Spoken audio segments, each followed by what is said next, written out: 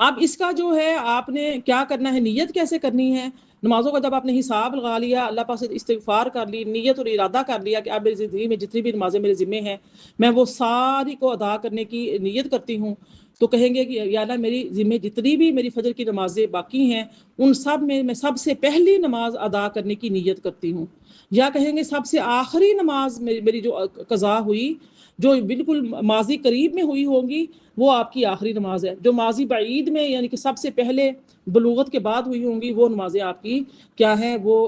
پہلی نمازیں ہیں۔ تو آپ یہ نیت کریں جو سب سے پہلی قضا ہوئی میں وہ نیت کرتی ہوں، جب آخری ہوئی وہ نیت کرتی ہوں، اس طرح آپ کی جو ہے وہ نمازیں ادا ہو جائیں گی۔ جیسا کہ میں نے آپ کو یہ کہا تھا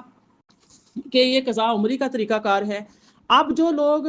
دنیا سے چلے جاتے ہیں، کیونکہ میں نے کہا کہ نماز جو ہے کسی کی کوئی ادا نہیں کر سکتا، اب دنیا سے چلا گیا انسان، باپ ہے وہ دنیا سے چلا گیا، رخصت ہو گیا اور اس کے ذمہ نمازیں تھیں، تو اگر ایسے شخص کا انتقال ہو جائے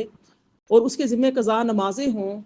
تو اس پر نمازوں کا جو فدیہ ہے وہ اس نے ادا کرنے کی جو وصیت ہے وہ لازم ہے کہ انسان اپنے نمازوں کو زندگی میں تو ادا کرے گا، خود ادا کرے گا، نمازیں پڑھے گا، فدیہ نہیں دے سکتا، لیکن فدیے کی وصیت کرنا اس پر لازم ہوتی ہے کہ وہ فدیے کی وصیت کر لے۔ اگر وہ اس کی وصیت کر لے پھر اس کے جو ورثاء ہیں ان پر اس کے مال کی 1/3 حصے میں سے اس کی وصیت کو نافذ کرنا لازم ہوتا ہے، ٹھیک ہے، جو اس کے مال کا 1/3 ہوتا ہے، 1/3 حصہ ہوتا ہے 1/3، تو جو ورثاء ہوتے ہیں ان کا پھر کام ہے کہ جو وارث نے مال چھوڑا ہے، باپ ہے فوت ہو گیا ہے، ماں فوت ہو گئی ہے، اس نے وصیت کی تھی کہ میرے ذمہ جو اتنی نمازیں قضا ہیں اور اس کا فدیہ ادا کر دینا، میری نمازوں کا فدیہ ادا کر دینا، تو 1/3 جو ہے یعنی کہ 1/3 حصہ اس میں وصیت کو نافذ کرنا لازم ہوتا ہے۔ اور اگر ان نمازوں کی فدیے کی رقم 1/3 سے زائد ہے تو زائد رقم تمام جو ورثاء ہوں گے ان کی اجازت سے ادا کی جائے گی، کیونکہ جو اب ان کا جو مال ہے اس میں سے نہیں، ان کی اجازت ہوگی تو پھر، اور اگر اس نے وصیت ہی نہیں کی تو ورثاء پر ان کا نمازوں کا فدیہ ادا کرنا ضروری نہیں ہوتا۔ اگر تمام ورثاء یا کوئی ایک وارث اپنی خوشی سے وہ فدیہ ادا کر دے تو اس کا جو ہے نا مرحوم باپ پر یا ماں پر یہ احسان ہوتا ہے، اس میت پر احسان ہوتا ہے، تبرع ہوتا ہے۔ اور اگر بلوغ کے وقت سے اب تک قضا شدہ نمازوں کی تعداد پتہ ہی نہیں ہے، معین ہی نہیں ہے، پتہ ہی نہ ہو کہ کتنی ادا کی ہیں،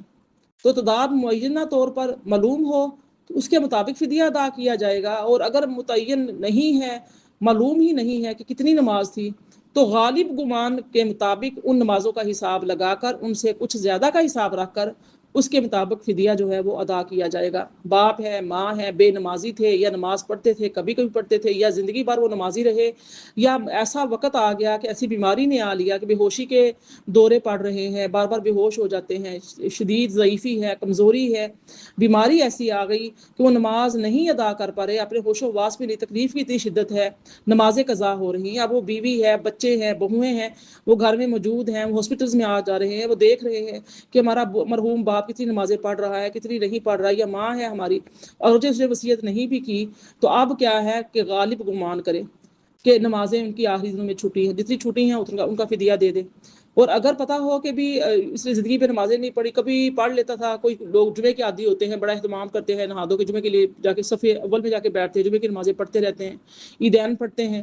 تراویح پڑھ لیتے ہیں، رمضان شریف میں نمازیں پڑھتے ہیں، اس کے بعد پورا سال کوئی نہیں پڑھتے۔ اس طرح سے اگر بھی یہ بھی رویہ رہتا ہے لوگوں کا، اگر ایسا بھی رویہ ہے، بیوی سے زیادہ، اولاد سے زیادہ، والدین سے زیادہ کون جانتا ہے، تو لہٰذا غالب گمان کریں کہ کم از کم اتنے سال تک کہ نمازیں نہیں پڑھی، اور ہر دن کی 6 نمازیں ہیں، 5 نمازیں فجر ظہر مغرب، فجر ظہر عصر مغرب عشاء، اور 6ویں جو نماز ہے وہ وتر کی نماز ہے،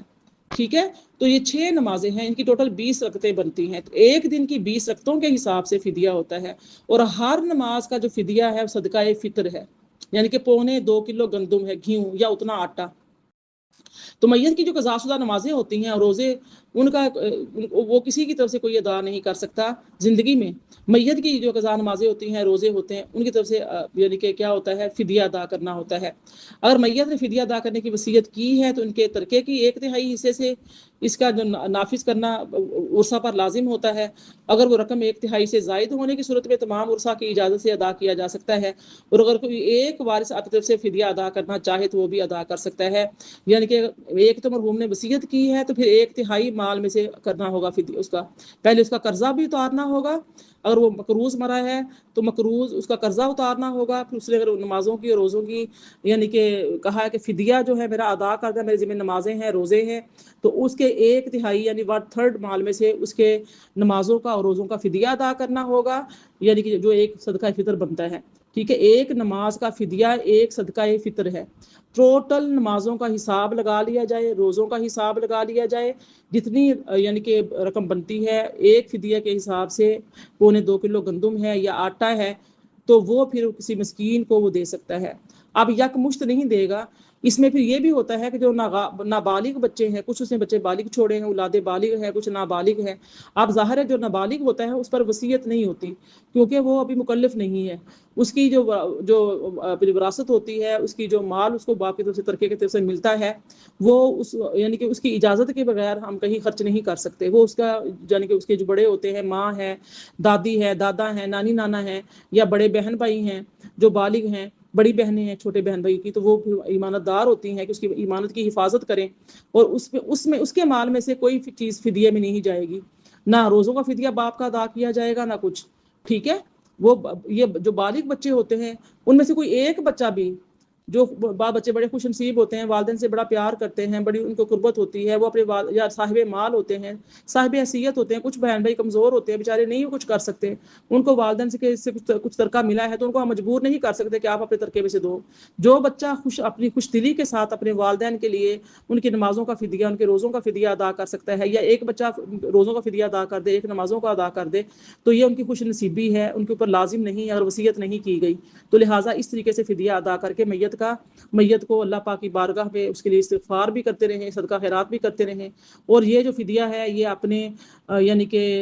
گنجائش کے حساب سے لازم نہیں کہ فوراً ادا کرنا ہے، جب چاہیں گے ادا کر سکیں گے تو اس کو ادا کر لینا چاہیے، تاکہ جو مرحوم ہے بروز قیامت سرخرو ہو سکے، اور اس کے لیے گناہ جو ہیں جو اس نے کیا ہے وہ یعنی کہ ادا ہو سکے، یعنی کہ اس سے اس گناہ کے جو عذاب ہیں اللہ پاک کی بارگاہ سے اس سے اس کو چھٹکارا مل جائے، جان خلاصی ہو جائے، اور وہ بخشش و مغفرت اس کی ہو جائے۔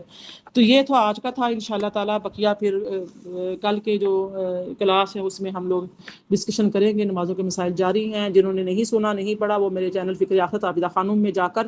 وہ ان مسائل کو اچھے طریقے سے سیکھیں۔ غسل کے، طہارت کے، وضو کے مسائل ہیں، نجاستوں کا بیان میں نے کیا ہے، اس طریقے سے یہ نمازوں کے حوالے سے ان ڈیٹیل بتایا ہے، یہ سارا سنیں اچھے طریقے سے، بار بار شیئر کریں، اللہ پاک آپ کو جزائے خیر عطا فرمائے۔ اور یہ صدقہ جاریہ ہے،